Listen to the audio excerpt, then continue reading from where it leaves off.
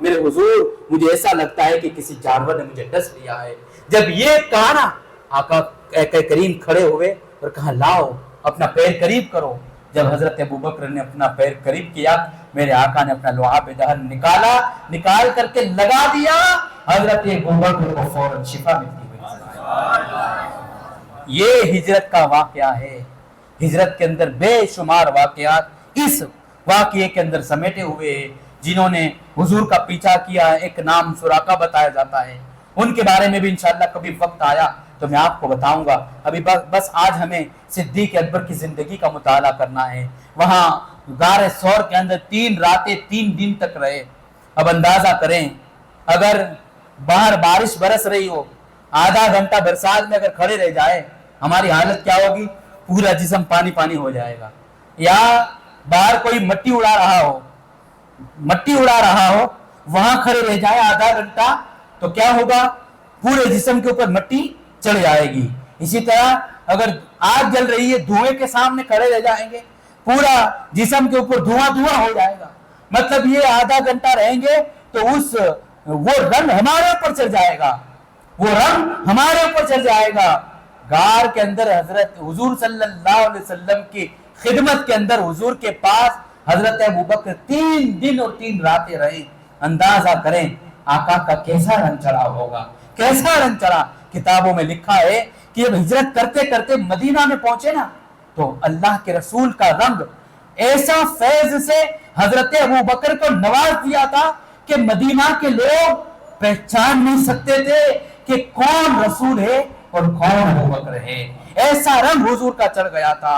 ارے یار، اتنی محبت کون کرتا ہے، اتنا پیار کون کرتا ہے حضور سے؟ یہ ذات حضرت صدیق اکبر کی تھی۔ پوری زندگی بھر میرے آقا کا سپورٹ کیا، پوری زندگی بھر حضور کے ساتھ رہے، اور جب وصال مبارکہ کا وقت آیا نا، کہتے نا جو دوست ہوتا ہے، دوستی ہو تو دل سے ہو، یاری ہو تو دل سے ہو۔ کسی سے محبت کرے تو صرف دنیاوی حساب سے نہیں، دل سے محبت کرے، دل سے پیار کرے، کسی کو دوست بنائیں، کسی سے تعلق قائم کریں تو دل سے تعلق قائم کریں۔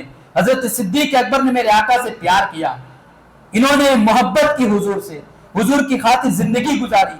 حضور نے کیسا رنگا؟ کہتے ہیں کہ حضور کے تشریف لے جانے کے بعد صدیق اکبر خلافت پر براجمان ہوئے، خلافت کے اوپر بیٹھے، اسلامی نظام کو سنبھالا، اور اسلامی نظام کو سنبھالنے کو جب وقت مکمل ہو گیا، وصال کا وقت قریب آیا، انتقال کا وقت قریب آیا، سکرات کا جب عالم آیا نا، تو آپ نے لوگوں سے کہا تھا، بلکہ حضرت عائشہ سے فرمایا تھا، عائشہ بیٹی سنو، جب میرا انتقال کا وقت آئے نا، میں انتقال کر جاؤں نا، تو میرے لاشے کو، میری میت کو میرے حضور کے پاس لے جانا، اور دروازے پہ جا کر کے حضور کی بارگاہ میں اجازت مانگنا کہ یا رسول اللہ، یہ آپ کا رفیق ہے، یہ آپ کا دوست ہے، اے آقا یہ آپ کے پاس سونا چاہتا ہے، کیا آپ ان کو اپنے پاس سلانا پسند کریں گے؟ اگر اجازت ملے تو حضور کے پہلو میں دفنا دینا، اگر اجازت نہ ملے تو جنت البقیع کے اندر مسلمانوں کے قبرستان میں مجھے دفن کر دے گا۔ چنانچہ جب انتقال ہوا نا، ایسا ہی کیا کہ آپ کے جو ہے جنازے کو حضور کی بارگاہ میں لے جایا گیا، اور دروازے مبارکہ کے پاس جا کر کے حضرت عائشہ نے عرض کی، یا رسول اللہ، یہ آپ کے یار غار ہے، یہ آپ کے دوست ہے، ابو بکر ہے، اے آقا ان کی اچھا ہے، ان کی تمنا ہے کہ آپ کے پہلو میں سونا چاہتے ہیں، یا رسول اللہ کیا آپ ان کو اپنے پاس سلانا پسند کریں گے؟ ابھی اتنا کہنا تھا کہ مزار حضور سے آواز آئی کہ دوست کو دوست سے ملا دو۔ دوست چاہتا ہے کہ ان کا دوست ان کے پاس آ جائے۔ آواز آئی، لوگ خوش ہو گئے، اور حضور کے پاس، حضور کے بالکل قبر مبارکہ کے پاس حضرت سیدنا صدیق اکبر کی قبر بھی کھودی گئی، وہاں پر آپ کو بھی دفنا دیا گیا۔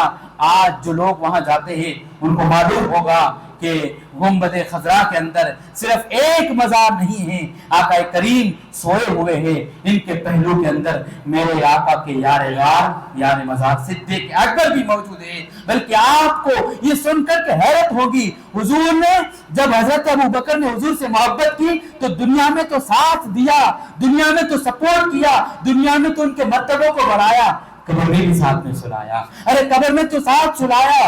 آپ کتابوں کا مطالعہ کریں، آپ کو پتا چلے گا کل جب قیامت کا قائم ہوگی اور جب سب لوگوں کو اٹھایا جائے گا، حضور فرماتے ہیں لوگوں اس وقت میرے ایک ہاتھ میں عمر کا ہاتھ ہوگا اور دوسرے ہاتھ میں ابو بکر کا ہاتھ ہوگا، اور قیامت کے میدان کے اندر دولہا بن کر کے ہم کو لایا جائے گا، ہم دولہا ہوں گے اور ہمارے یار ہمارے باراتی بن کر کے آئیں گے۔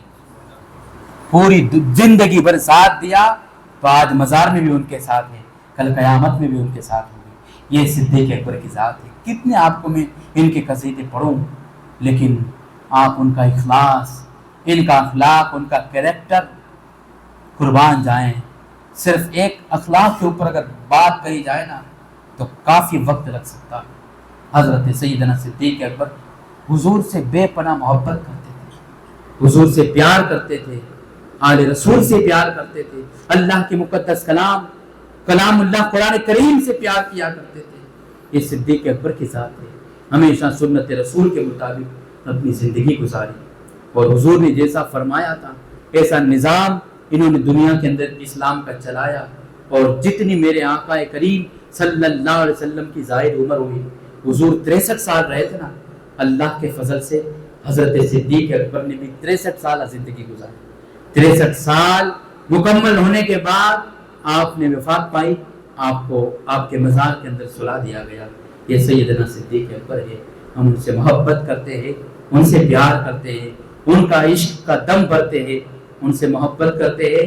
تو حضرت صدیق اکبر تو وہ محبت کرتے تھے کہ جب ملک شام سے آئے تھے اپنے گھر پر، پورا گاؤں دشمن تھا حضور کا، پورا گاؤں دشمن تھا حضور کا، اور صدیق اکبر گھر پہ آئے، آ کر کے حضور کے پاس گئے، ایمان لائے، لوگ آپ کے بھی دشمن ہو گئے۔ آپ جب حتیم کعبہ کے اندر آئے، حتیم شریف کے اندر، تو آپ کو بھی ایسا مارا گیا کہ ایسا لگتا تھا کہ آپ کی روح نکل جائے گی، اتنا آپ کو مارا گیا۔ حضرت صدیق اکبر کو کہتے ہیں کہ بالکل بے ہوش ہو گئے تھے آپ کے قبیلے والوں نے قسم اٹھا لی تھی کہ جنہوں نے ابو بکر کو مارا ہے، ظلم ڈھایا ہے، اگر ابو بکر دنیا میں نہ رہے تو ہم ان کو بھی قتل کر دیں گے۔ ایسا حال ہو گیا تھا مکہ کے اندر۔ لیکن جب تھوڑی دیر کے بعد صدیق اکبر کو ہوش آیا نا، پاس میں ان کی ماں کھڑی تھی اور لوگ بھی موجود تھے۔ صدیق اکبر نے یہ نہیں کہا اے ماں تیرا حال کیا ہے، یا میرے بھائیوں کا یا میرے گھر والوں کا حال کیا ہے۔ صدیق اکبر نے یہ نہیں فرمایا۔ زبان پر پہلا جملہ آیا تھا نا حضرت ابو بکر صدیق رضی اللہ عنہ کی زبان کے اوپر، تو وہی یہی جملہ تھا، اے ماں مجھے بتاؤ نا میرے آقا کا حال کیا ہے، میرے حضور کا حال کیا ہے۔ وہ ایسی محبت کرتے تھے۔ آج مجھے آپ کو مار نہیں پڑتی، کافر ہم کو مارتے نہیں ہیں، آج ہم کو منع نہیں کرتا کوئی۔ اگر کافروں کے ہاں جاب کرتے ہو، نوکری کرتے ہیں نا، تب بھی اگر کوئی کہے نا کہ بھائی نماز ظہر کا وقت ہے، مجھے نماز پڑھنی ہے، تو کافر بھی منع نہیں کرتے۔ لیکن پھر بھی ہمارے پاس وقت نہیں، پھر بھی ہمارے پاس ٹائم نہیں ہے۔ محبت کے دعوے تو بہت بڑے ہیں، اتنے بڑے دعوے ہیں محبت کے کہ بس دعووں کے اندر گم ہو گئے، باقی مسلمان ملے گے واٹس ایپ اور فیس بک پہ، اس کے علاوہ ہم کہیں نظر نہیں آتے۔ یار ان سے محبت کرنے والوں کی شان الگ ہوا کرتی ہے، کیا ہوا کرتی ہے اگلے بیانات کے اندر انشاءاللہ تعالی میں آپ کو بتاؤں گا۔ بس آج حضرت صدیق اکبر کی یہی چند باتیں تھی جو میں نے آپ کو بتائی۔ اللہ کی بارگاہ میں دعا ہے جو باتیں بتائی مجھے، آپ کو، ہم سبوں کو ان باتوں پر عمل پیرا ہو کر کے اپنی زندگی گزارنے کی توفیق عطا فرمائے۔ غلطی سے اگر کوئی بات نکلی ہو مولا تعالیٰ میرے غلط چیزیں کو اپنے فضل سے معاف فرمائے۔ وما علینا الا البلاغ المبین۔ کھڑے ہو جائیں، سلام۔